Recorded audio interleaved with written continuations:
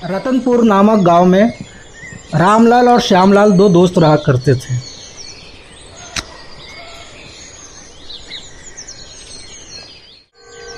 दोनों गांव से दूर शहर में काम किया करते थे।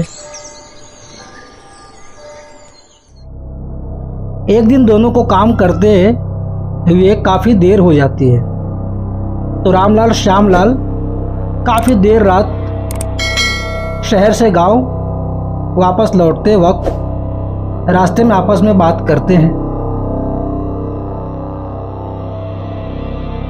अरे भाई श्याम, आज तो काम करते करते काफ़ी रात हो गई है, पूरा गांव सुनसान हो गया है। तभी श्यामलाल से रामलाल कहता है, मैं तो पहले ही कह रहा था भैया घर चलते हैं, तुमने ही अपनी जिद में काम में लगे रहे।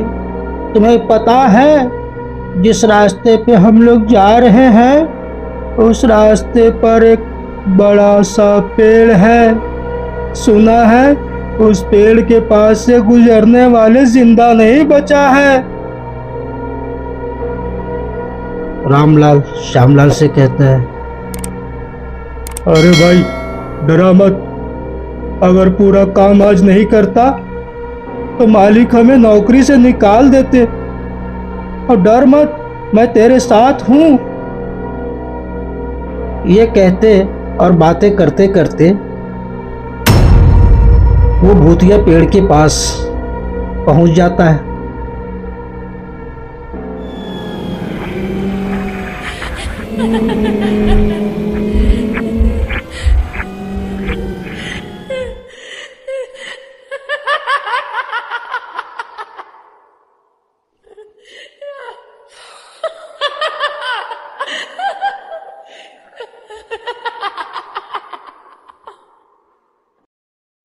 बचाओ बचाओ।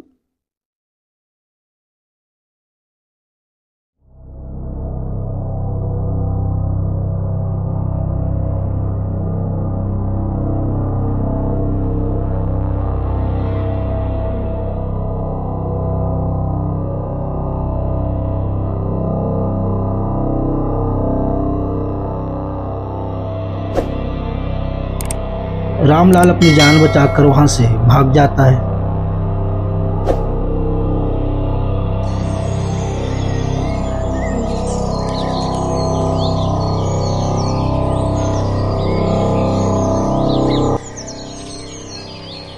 अगले ही दिन रामलाल ये सारी बातें गांव वालों को बता देता है। तभी वहां एक बुढ़िया अम्मा आती है और कहती है, मैंने तो पहले ही कहा था तुम लोगों को कि रात को उस रास्ते पे मत जाना, अब वो किसी को भी नहीं छोड़ेगी। और बुढ़िया माँ वहाँ से चली जाती है।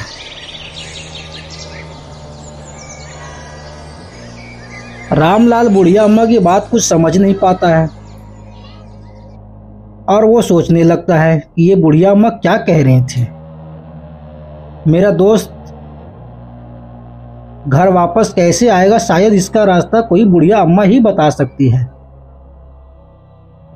यही सोचते सोचते वो बुढ़िया अम्मा को ढूंढने लगता है, तो देखता है गांव के मंदिर के पास बुढ़िया अम्मा बैठी होती है। तो रामलाल बुढ़िया अम्मा के पास पहुंचकर पूछता है, अम्मा अम्मा बताओ मेरा दोस्त कहाँ है, कैसे मिलेगा? वो आत्मा हमारे गांव को वो आत्मा हमारे गांव के पीछे क्यों पड़ी है? वो शाम को कहाँ लेके गई है? तभी बुढ़िया अम्मा बताने लगती है,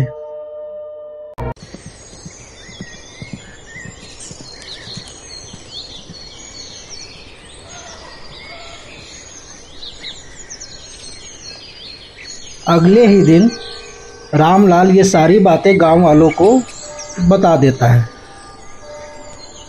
तभी वहाँ एक बुढ़िया अम्मा आती है और कहती है, मैंने तो पहले ही कहा था तुम लोगों को कि रात को उस रास्ते पे मत जाना, अब वो किसी को भी नहीं छोड़ेगी। और बुढ़िया माँ वहाँ से चली जाती है।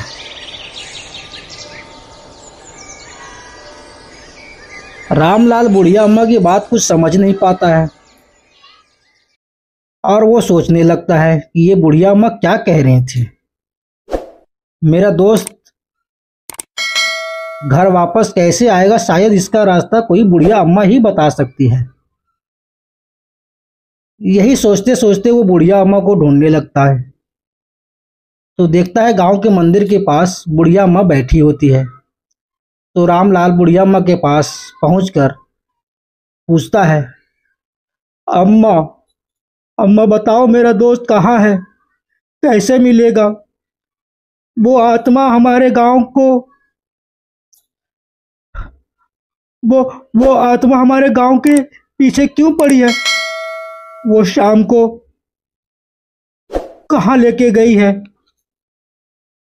तभी बुढ़िया अम्मा बताने लगती है, बेटा मैंने तो पहले ही कहा था कि बुरा होगा, तब मेरी बात गांव वालों ने नहीं माना और लोगों ने मुझे पागल समझ लिया। अम्मा बताओ, मैं सुनूंगा। मैं अपने दोस्त को कैसे बचाऊं? अम्मा कुछ रास्ता तो बताओ। बहुत साल पहले की बात है। ये गांव बहुत सुंदर और चहल पहल हुआ करता था। इस गांव के आसपास के 21 गांव में राजा अरमेंद्र सिंह का राज हुआ करता था।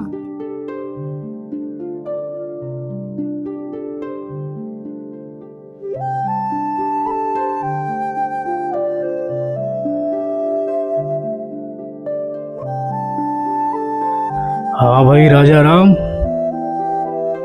सब ठीक है ना? इस बार तो खेती भी सही हुई है, कोई परेशानी तो नहीं है? अगर कोई परेशानी है तो बताओ। जी महाराज, बस आपकी कृपा है, सब ठीक है महाराज। ठीक है राजा राम, ये लो और अब जाओ और अच्छे से खेती करना। जी महाराज।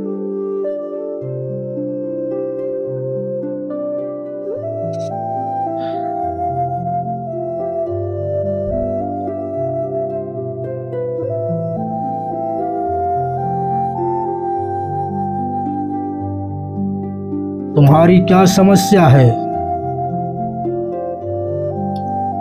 तुम्हारे खिलाफ गांव वालों ने शिकायत की है कि तुम लोगों के साथ गलत करते हो। नहीं महाराज, मैं कहाँ गलत करता हूँ, मुझे माफ कर दीजिए महाराज, मैं आगे ध्यान रखूंगा।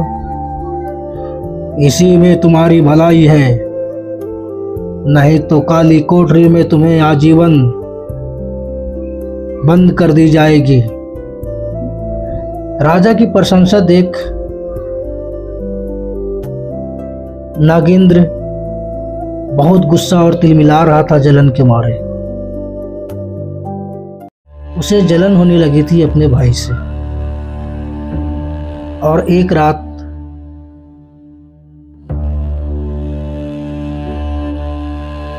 मंत्री को अपने पास बुलाकर कहता है, मंत्री जी, मुझे अपने भाई को रास्ते से हटाना है। ये साम्राज्य मेरा है, इस साम्राज्य का मैं मालिक बनना चाहता हूं, मैं उत्तराधिकारी हूं। आप बताइए मैं कैसे उसे मारूं, कैसे उसे अपने रास्ते से हटाऊं? छोटे मालिक, मैं तो खुद ही चाहता हूं कि आप युवराज बने, आप महाराज बने, हमारे माई बाप हैं आप।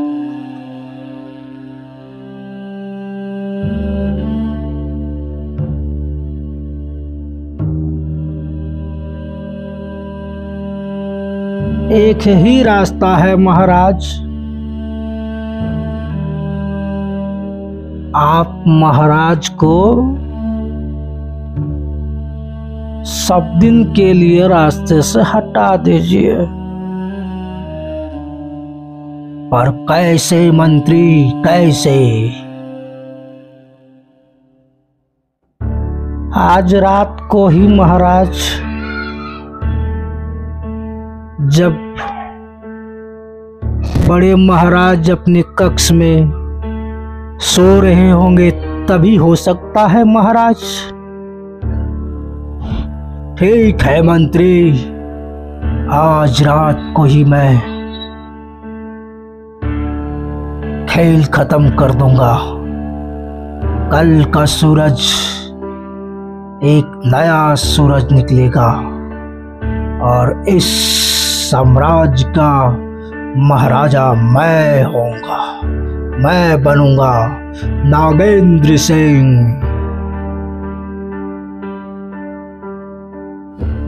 रानी नंदिता राजा के इंतजार में बैठी होती है और उधर नागेंद्र और मंत्री षड्यंत्र रच रहा होता है। तभी राजा आता है और कहता है, महारानी चलो अब विश्राम करते हैं। और दोनों फिर सो जाते हैं। और तभी कच्छ में आता है और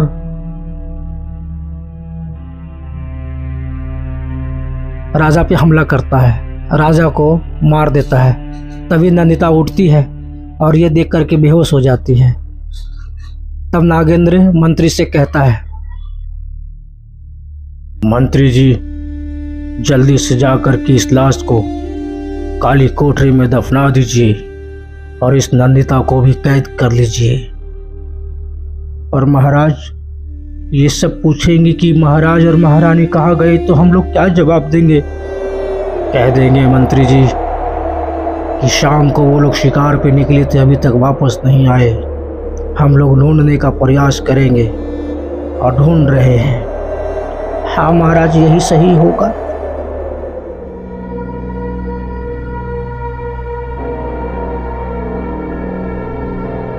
एक दिन नागेंद्र नंदिता की कोठरी में आकर कहता है, नंदिता मैंने तुम्हारे पति को तो ऊपर भेज दिया है।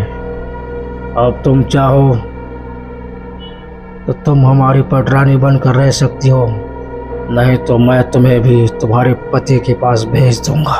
मैं तुम्हारी पटरानी? कभी नहीं।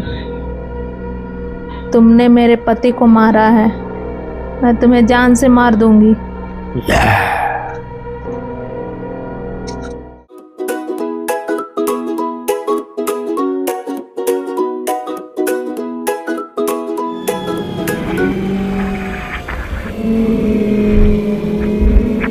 कुछ दिनों बाद राजमहल में अजीब अजीब घटनाएं होने लगती है और एक दिन मंत्री की लाश लटकी हुई मिलती है। ये देख नागेंद्र घबरा जाता है और वहां से अपनी जान बचाकर भाग जाता है। मंत्री के मर जाने के बाद नागेंद्र पूरी तरीके से नंदिता की आत्मा के खौफ में आ जाता है और कुछ ही दिनों बाद वो भी मरा हुआ अपने कक्ष में मिलता है। पर अम्मा वो चाहते क्या है? वो मेरे दोस्त को क्यों उठा कर लेके गई है? मेरा दोस्त ने क्या बिगाड़ा है उसका? कुछ नहीं बेटा, तो बस मुक्ति चाहिए और वह मुक्ति सिर्फ तुम दिला सकते हो, क्योंकि पिछले जन्म में वो राजा तुम ही थे, इसलिए वाह तुम्हारे दोस्त को उठाकर ले गया है। मैं तो ऐसे ही बहुत डरता हूँ माँ। मैं कैसे कर सकता हूँ? हाँ, मुझे अपने दोस्त को बचाना है। मैं उसे बचाने के लिए करूँगा, पर उसको उसको मुक्ति कैसे दिलाऊं मैं? उसका अंतिम संस्कार करके वह सिर्फ तुम ही कर सकते हो। आज रात को है, उसका कोई सामान या उसकी तस्वीर ले जाकर उसे पेड़ के नीचे रख दो और जला दो, उसको मुक्ति मिल जाएगी। जाओ बेटा, तुम डरो मत, वह तुम्हें कुछ नहीं करेगा। जाओ, तुम्हारी रक्षा भगवान करेंगे।